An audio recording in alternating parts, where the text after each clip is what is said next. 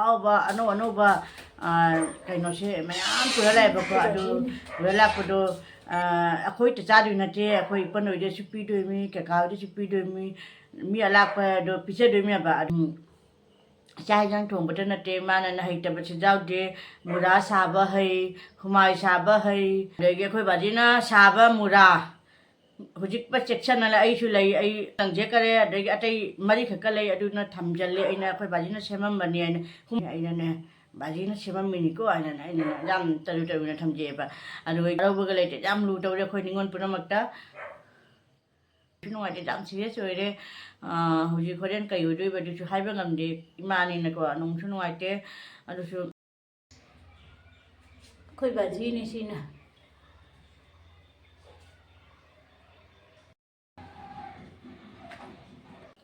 Hai mayam anitan taram no chali mayam ngasi su video no bam pura la mayam ngasi video sina ko Eikhoi Baji gi madam da sum Eikhoi Baji na mana kai hai do adu sum mayam da share to ke mayam ko hai di memory oina be na video se simja bana ba ko Baji na karamba hai te Baji na hai ba do mayam da sum lijara ke ba ko mayam yang minute ko video se ma khata na aham bada Eikhoi Baji se Heingjang Thongba jam hai Eikhoi Baji na mana ko ma se driver mane ba ko government ki driver mani ma se Kohima da gari thoram me ba ko gari thori Eikhoi Baji Heingjang nam thong hai mana ne Kohima de lakpa Eikhoi Baji na ne Kohima de lakpa matam da ekdam how ba ano ba kainoshe mayam purala ba ko adu purala podo Eikhoi te chadu na te Eikhoi pano de supi do mi kakao de supi do mi alak pa do pise do mi ba adu mai ta Eikhoi Baji pukche ne jam chaw re ba de Eikhoi Baji na de di mana alu paratha pas hawa pise do ni alu se paratha se tan han ta e ko tak lo ga aduga alu se mayai da ha pa ga ne aduga ha pa kano hauria ba tan nama ka mathak ta kano ha pa ga na du yam ha ba du kaung ngmde Eikhoi Baji ki Heingjang Thongba se Eikhoi Baji na Heingjang Thongba se ma hojik pu de Eikhoi Baji se lai gi thare ba lai de chahi tra mu pha re ba ko adu su aina na memory oina be na video se sum aina simje ba ne ba Eikhoi Baji na Heingjang Thongba na te mana na haita ba chijau de mura saba hai humai saba hai dugai di plastic chair na aram chair su saba hai adu lon saba hai phamung saba hai ana saba hai haita ba chijau de ba Eikhoi Baji gi Eikhoi na Eikhoi Baji na kauri ko Eikhoi papa ko de Baji na kauri Eikhoi Baji se jam na pukchen su chaw ko mi laita ba laira ba si su mana sum yeng bi ba ko aje sami mana Eikhoi Baji de ko paisa pu ge la Eikhoi Baji lo paisa do pi do na ba mi gi awa ba jam khang ya ba Eikhoi Baji ti aduga Eikhoi Baji na lakpa matam da su ko Kohima de gi suti lakpa da ano phi se Papa matam da Eikhoi di pi ko duga adu di sum ai sidi Eikhoi choi na hai na khang ni phi ano se para ga na adu phi se Eikhoi gi di ko Eikhoi kaka gi machan pi na khwaya han ta re ningon da du la ga Eikhoi che adu mana han ni na mangon han pi do mi du la du mai na ne ba thol le ba je cha han ba mong maronai mong ma je sa phi je sa sporting han de ano be tholak pa da lai ra pura la ni adu loi pi do mi goi pan do macha sing de chu ko pi do mi khudai gi macha sing de chu Eikhoi choi de chu pi ya ba ko na Eikhoi na khang pom tam de chu pare du ga Eikhoi gi chu pare ya ba ko Eikhoi du gi khang ja re adu ga Eikhoi Baji na Heingjang Thongba na ina kaung ngam da bai bu alu paratha du ma kaung ngam de legi mana sa hawa mu bikhi ga do hauria ba adu su kaung ngam de haw bota adu ga aina ne Eikhoi exam loi re ko Eikhoi December da di hana de exam loi na ko exam loi ga Eikhoi Baji mana chakka ni khani le ne chat le ba adu chat pa du ga Eikhoi Baji na Heingjang ai Heingjang Thong hai ti ya ba du ga Heingjang Thong hai ti Eikhoi Baji na ne ma khan maten mayam thong ha pi te haw ri iron te irola su haw re Eikhoi Baji Heingjang nam thong ba hi haidi nupa osu ko Thongba leina haita ba adumai na te makhan thonge ro eduga Eikhoi Baji na ne ko nga thongba di ko baro da nga thong ro cha gre nundang da ne nga taw bu du adu do baw ni edu mak ti khang ni ko bao ngāneba bao ngādo thongi tau thopado adudugane motor akhokpado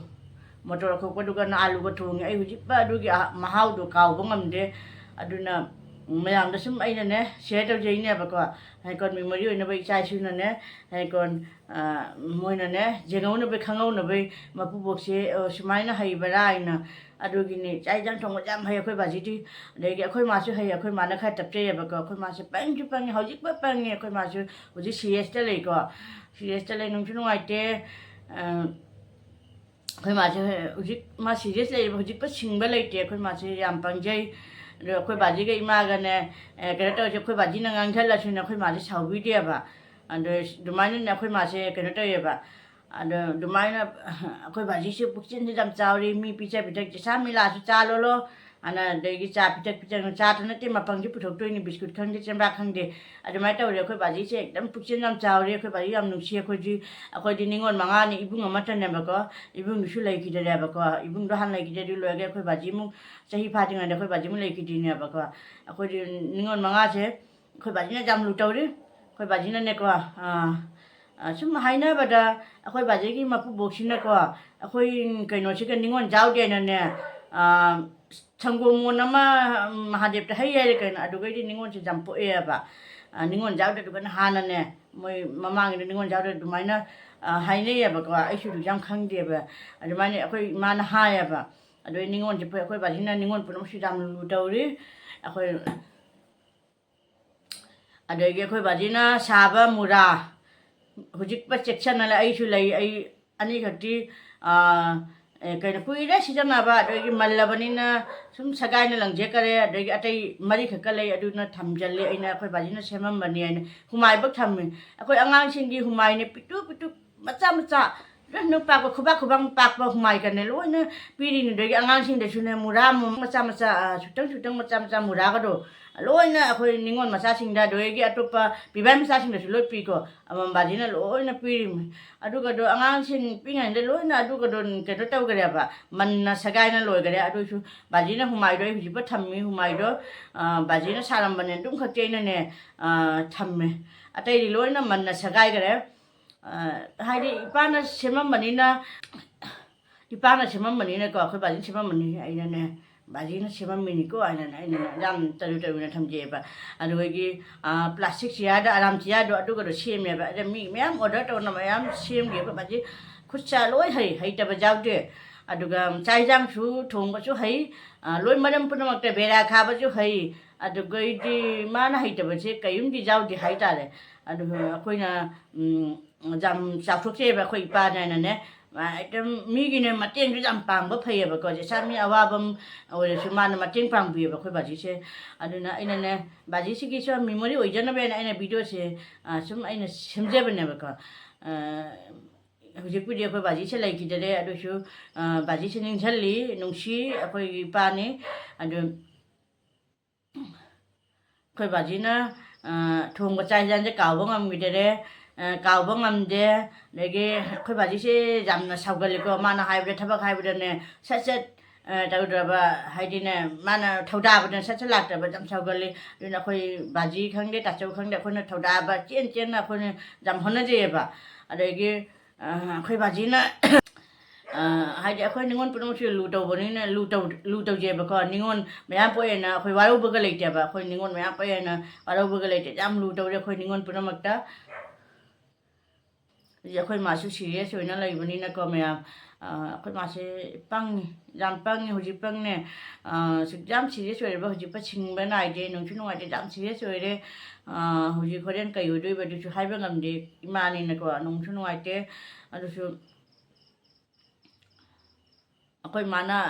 akhoi angang ani sine jam lu taw je ba ko akhoi mana lu taw ri akhoi baji na su lu taw ri baji ga budi ko kuina karata hodre ba londi hodre ko baji su lai ki dare na aduna aina ko kana akhoi baji gi maram da sum video je semjai ne ba ko hai kon angang sing na chu mapu bok se kai hai te ai do khangjana be na mayam achi tani video se aina mayam da share to jari ba ko mayam